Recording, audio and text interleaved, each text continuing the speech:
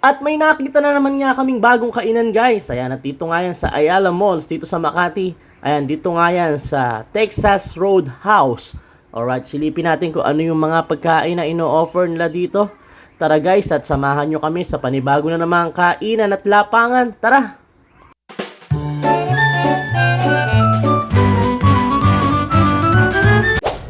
Hey, kanina pa tayo naglalakad.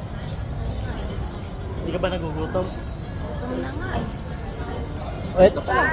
Oh. Texas Roadhouse. Alright.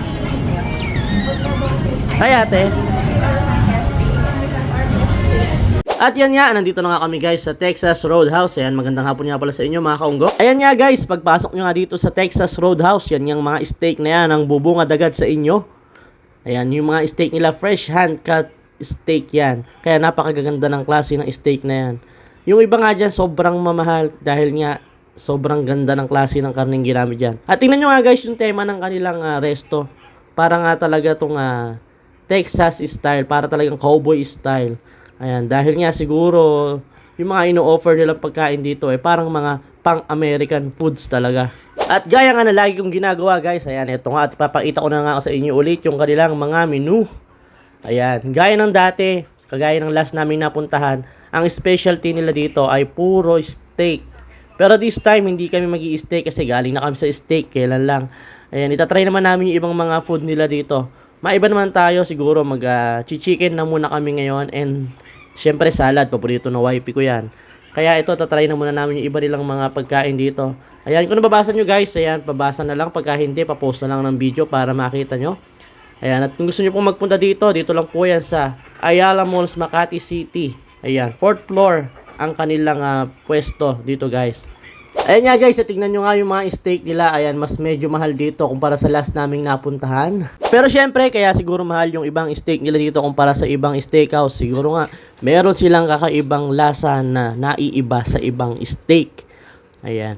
Or siguro talagang mga pang Texas ang datingan ng steak nila dito. Eto nga, at ang laki pa nga ng salamin nila dito sa CR guys. Ayan, napakasarap magsalamin pag ganito kalaki, di ba? At eto naman, ang kakaiba dito guys, dito sa Texas Roadhouse. Meron sila ditong libreng patinapay.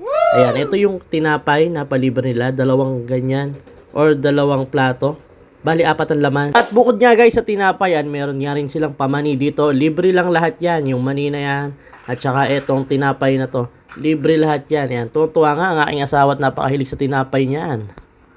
At ayan na nga guys, dumating na nga yung una naming in-order. Ito nga pala yung beef salad. Ayan, pinakaiba lang naman nato sa Caesar salad. Ito merong beef na nakalagay. Kaya palagay ko wala naman silang masyadong pinagkaiba. Mamaya malalaman natin kung ano lasa niyan. At eto na nga tayo guys, sa paborito kong eksena. Ito na nga yung Tiki Man Time. Ayan, dahil gutom na naman ang mga unggo, kailangan na agad nating tikman yan. Alright. Wow, napakasarap ng beef salad. Ayan, sobrang sarap. At sa sobrang sarap nga, ako'y napaisa pa. Tingnan mo nga yung labi ko, may natira pa. Ayan nga, at umulit pa nga ako habang hinihintay namin yung iba namin in order. Wow, masarap pala tong beef salad kumpara sa Caesar salad. Kasi nga may beef. At eto naman yung in-order ni YP na 2 burger na may kasamang fries na ang lalaki ng fries. Ayan nga, tikman na agad natin to. Ayan, mukhang napakasarap. Ayan, i-bite mo ng i-bite, King Kong. Ayan, ako po. Masarap din ito guys. Wala akong masabi. At maya nga lang guys, ito at dumating na nga yung in-order kong roasted chicken. Ako, mukhang napakasarap din. Ayan nga, at dinurog ko na agad at kumuha na agad ako. Syempre, kailangan ko na matikman agad-agad yan. Ayan nga, Diyos mio marimar, sa presyo ng chicken na to, pag di siya sumarap ewan ko na lang. Ayan, at napakasarap nga guys na roasted chicken nila. At eto nga lahat guys na in-order namin. Ayan, eto nga lang pala ang in-order namin guys dahil di naman kami masyadong gutom. At medyo may pagka-pricey nga guys yung iba nilang pagkain dito. Pero syempre siguro dahil nga ganun yung presyo, dahil nga sobrang sarap. Kaya wala kang rin masasabi kahit magbayad ka ng ganung halaga. Pero syempre, hindi man tayo mayaman para hindi indahin yung mga ganung presyo. Syempre, tinry lang namin yun guys dahil nga syempre gusto namin maka-experience sa mga iba't ibang klase ng pagkain. Mas pricey nga lang siya ng kung kukumpara sa manok ng Jollibee. Ate, pero nyo. Ito lang, ganito kalaki, 800 pesos. What? Pero sulit naman sa lasa. Sobrang sarap.